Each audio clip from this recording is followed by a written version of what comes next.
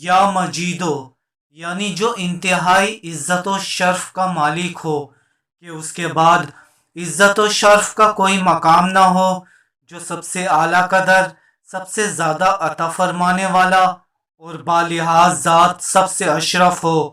گویا کہ مجید کے معنی میں جلیل، وہاب اور کریم تینوں اسما کے معنی پائے جاتے ہیں۔ بندے کا اس اسم سے نصیب یہ ہے کہ وہ ہر حال میں دوسروں پر کرم اور مہربانی کرے اور ہر حال میں اخلاق حسنہ اختیار کرے۔ جو شخص برس میں مبتلا ہو، اسے چاہیے کہ چاند کی 13، 14 اور 15 تاریخ کو روزہ رکھے اور افطار کے بعد اس اسم کی کثرت کرے۔ انشاءاللہ تعالی اس کا یہ مرض دور ہو جائے گا۔